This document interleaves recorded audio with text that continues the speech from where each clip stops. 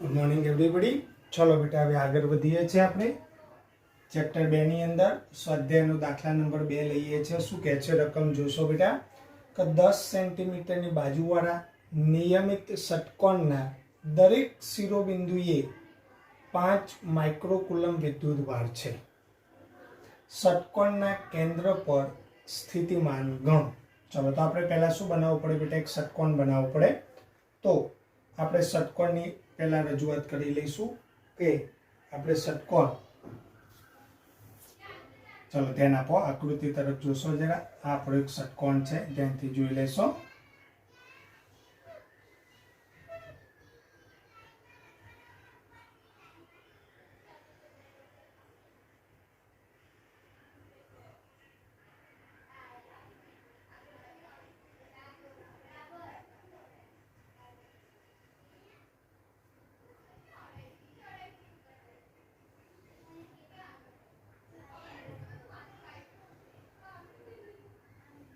ચલો, આપણે એક ષટકોણ છે.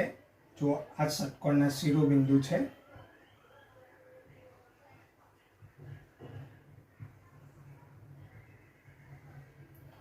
નામ નિર્દેશન આપું: A, B, C, D, E અને F. આ દરેક બાજુની લંબાઈ 10 સેન્ટીમીટર છે. તો ષટકોણના કેન્દ્ર પર આપણે વાત કરવાની છે. તો F અને C ને જોડીએ, E અને B ને જોડીએ, A અને D ને જોડીએ. તો દરેક રેખાનું આપણને મધ્યબિંદુ મળે, જે આપણા ષટકોણનું શું બની જશે બેટા? કેન્દ્ર બની જશે. નામ આપી દઉં છું O. આ દરેક શિરોબિંદુ પર 5 માઇક્રોકુલમ વિદ્યુતભાર છે. Q બરાબર દરેક શિરોબિંદુ પર 5 માઇક્રોકુલમ વિદ્યુતભાર મૂકેલો છે. તો ષટકોણના કેન્દ્ર પર આપણે સ્થિતિમાન ગણવાનું છે. ચલો ધ્યાનથી જુઓ બેટા. તો અહીંયા આ ભાગને બોલ્ડ કરું છું. તો આ એક સરસ મજાનો એક ત્રિકોણ બની ગયો. આ બીજો એક ત્રિકોણ બની ગયો. આ એક ત્રિકોણ બની ગયો. આ દરેક શિરોબિંદુઓને કેન્દ્ર સાથે જોડી દઈએ તો આ પ્રમાણે આપણે સરસ મજાના ત્રિકોણ બની જશે.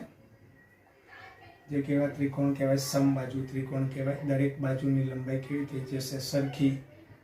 દરેક ખૂણો કેટલાનો થઈ જાય? 60નો થઈ જાય. એટલે કે કેન્દ્રથી બધા જ શિરોબિંદુ એક સમાન અંતરે આવેલા છે, એમ આપણે કહી શકીએ છીએ. બરોબર છે બેટા? તો આપણે કહી શકીએ બેટા કે અહીં A, B, C, D, E, F ષટકોણના દરેક શિરોબિંદુ પર Q બરાબર 5 માઇક્રોકુલમ વિદ્યુતભાર મૂકેલ છે. તથા ષટકોણમાં કેટલા? 1, 2, 3, 4, 5 અને 6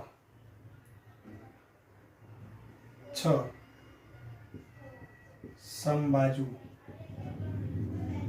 ત્રિકોણ છે. ચલો, ક્લિયર થઈ ગયું?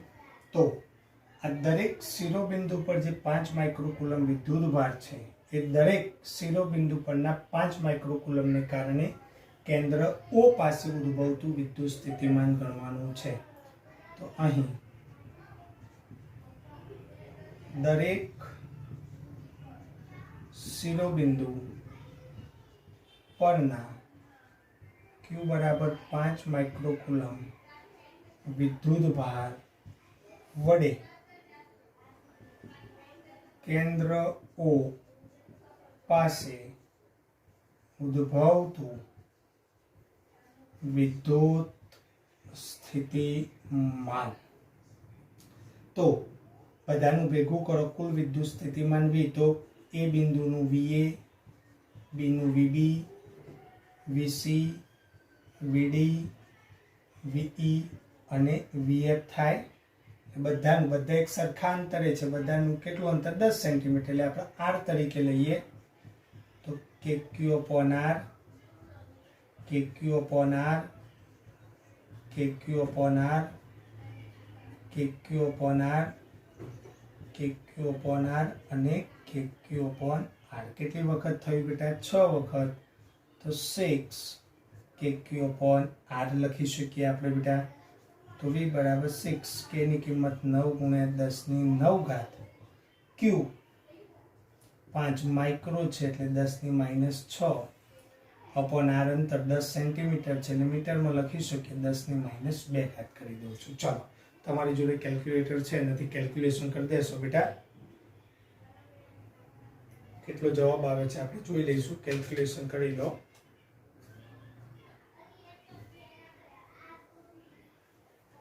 ચલો જુઓ, આ 6 અને 5 × 5 = 30, 30 અને 9 9 × 27 એટલે 270 અને 10 ની ઘાત જોઈ લઈશું. 2 ઘાત ઉપર જશે એટલે પ્લસ થઈ જશે એટલે 9 નું 2 11 ઘાત, 11 માંથી 6 ઘાત જતી રહેશે. પોઈન્ટ કાપી લઈ લો, એક જ ઘાત લઈ લો ને અહીંયા સીધા, તો 10 ની -1 = 10, 10 માંથી 6 જાય એટલે 4 ઘાત. પોઈન્ટ કાપીને લખશું આપણે બેટા. તો V બરાબર 2 પોઈન્ટ કાપી નાખું છું, 2.7 કરી દઉં તો 10 ની કેટલી ઘાત વધશે જોઈ લો. 4 ઘાત તો છે જ, કેટલી ઘાત છે? 4 ઘાત પ્લસ છે, અને 2 પોઈન્ટ કાપું છું એટલે 2 ઘાત બીજી આવશે, 4 નું 2 6 ઘાત થશે, આટલા વોલ્ટ. તો ષટકોણના કેન્દ્ર પર ઉદ્ભવતા વિદ્યુત સ્થિતિમાનનું આપણને મૂલ્ય મળી ગયું. તો આ સાથે આપણો પ્રશ્ન અહીંયા શું થઈ ગયો બેટા? પૂરો થઈ ગયો એમ આપણે કહી શકીએ છીએ. ચલો ક્લિયર, ધ્યાનથી જોઈ લેશો બેટા એકવાર. ચલો એના પછી આપણે સ્વાધ્યાયનો દાખલા નંબર 3 છે એમાં જઈશું.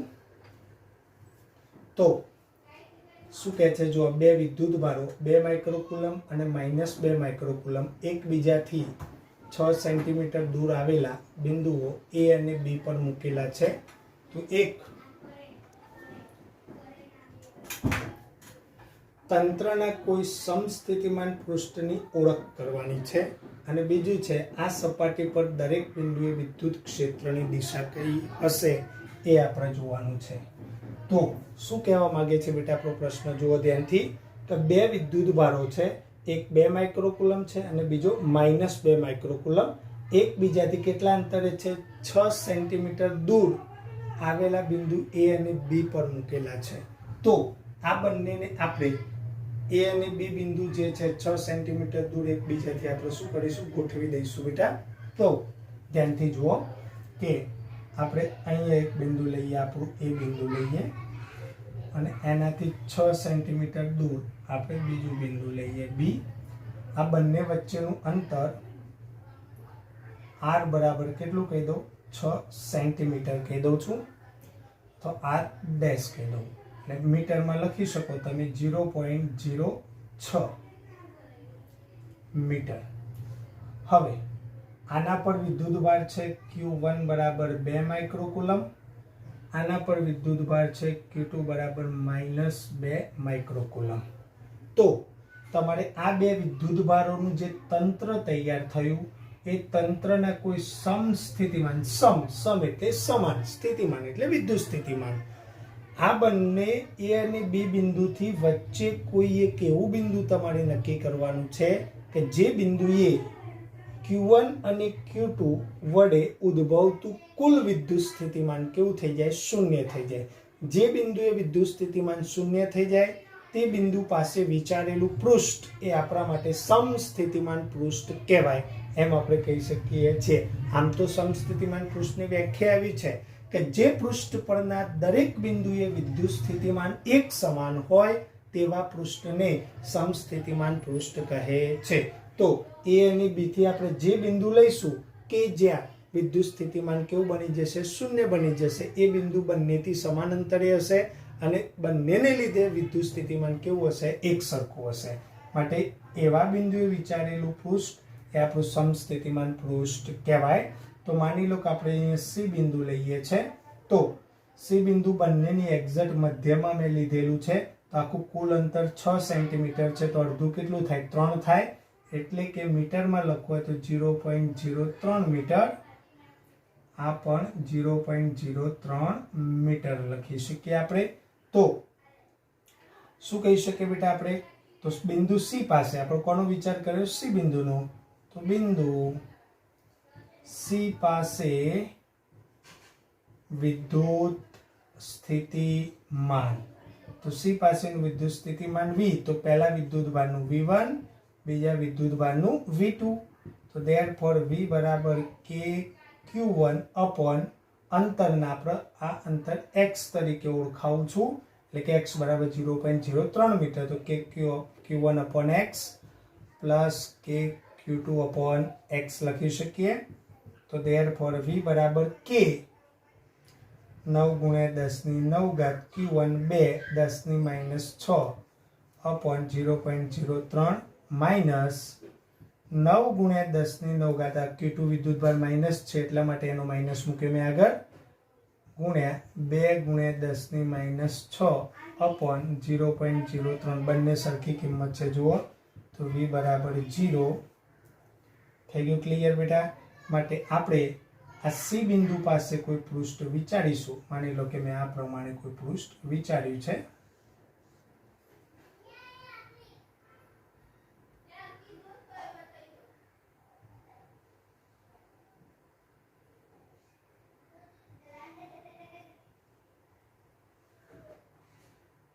તો આપણે વિચારેલું આ સમતલ પૃષ્ઠ જે છે એ સી બિંદુ પાસેનું છે.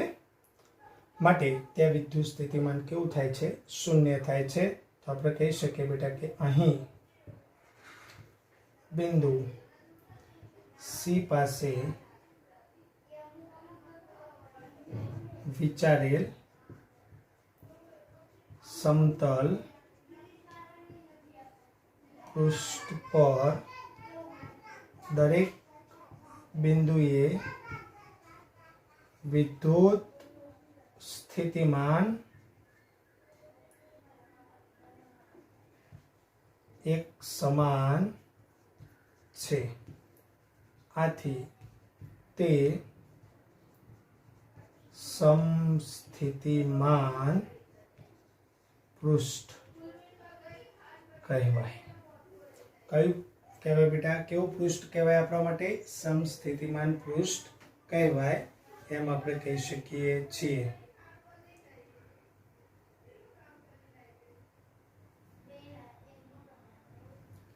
ચલો એના પછી આપણો બીજો પ્રશ્ન છે. આપણે આ એ પ્રશ્નનો જવાબ આપી ચૂક્યા. હવે બી પ્રશ્નનો જવાબ આપીએ છે. તો શું કહે છે બી પ્રશ્ન? આ સપાટી પર દરેક બિંદુએ વિદ્યુત ક્ષેત્રની દિશા કઈ? તો આપણે બધા જાણીએ છીએ બેટા કે હંમેશા વિદ્યુત ક્ષેત્રની દિશા ધન વિદ્યુતભારથી ઋણ વિદ્યુતભાર તરફની હોય છે. અહીંયા પણ જો એ બિંદુ પરનો વિદ્યુતભાર Q1 ધન છે, બી બિંદુ વિદ્યુતભાર Q2 ઋણ છે. માટે અહીંયા પણ વિદ્યુત ક્ષેત્રની દિશા Q1 થી Q2 એટલે કે A થી B તરફ. બીજું, A થી B તરફની જે રેખા છે એ આ સમતલના કેન્દ્રમાંથી શું થાય છે બેટા? પસાર થાય છે. સમજો ખાસ. માટે સમતલને શું કહેવાય? લંબ. માટે અહીં વિદ્યુત ક્ષેત્રની દિશા A અને B ને જોડતી રેખા પર A થી B તરફ અને બિંદુ C પાસે રહેલા સમતલને લંબ રૂપે છે. આ રેખા એ આ સમતલને કેવી કહેવાય? લંબ કહેવાય. માટે સમતલને લંબ રૂપે છે એમ આપણે કહી શકીએ છીએ. તો આપણા આ બીજા પ્રશ્નની રજૂઆત પણ આપણી શું થાય છે અહીંયા બેટા પૂરી થાય છે. તો જરા ધ્યાનથી એકવાર જોઈ લઈશું આપણે બધા.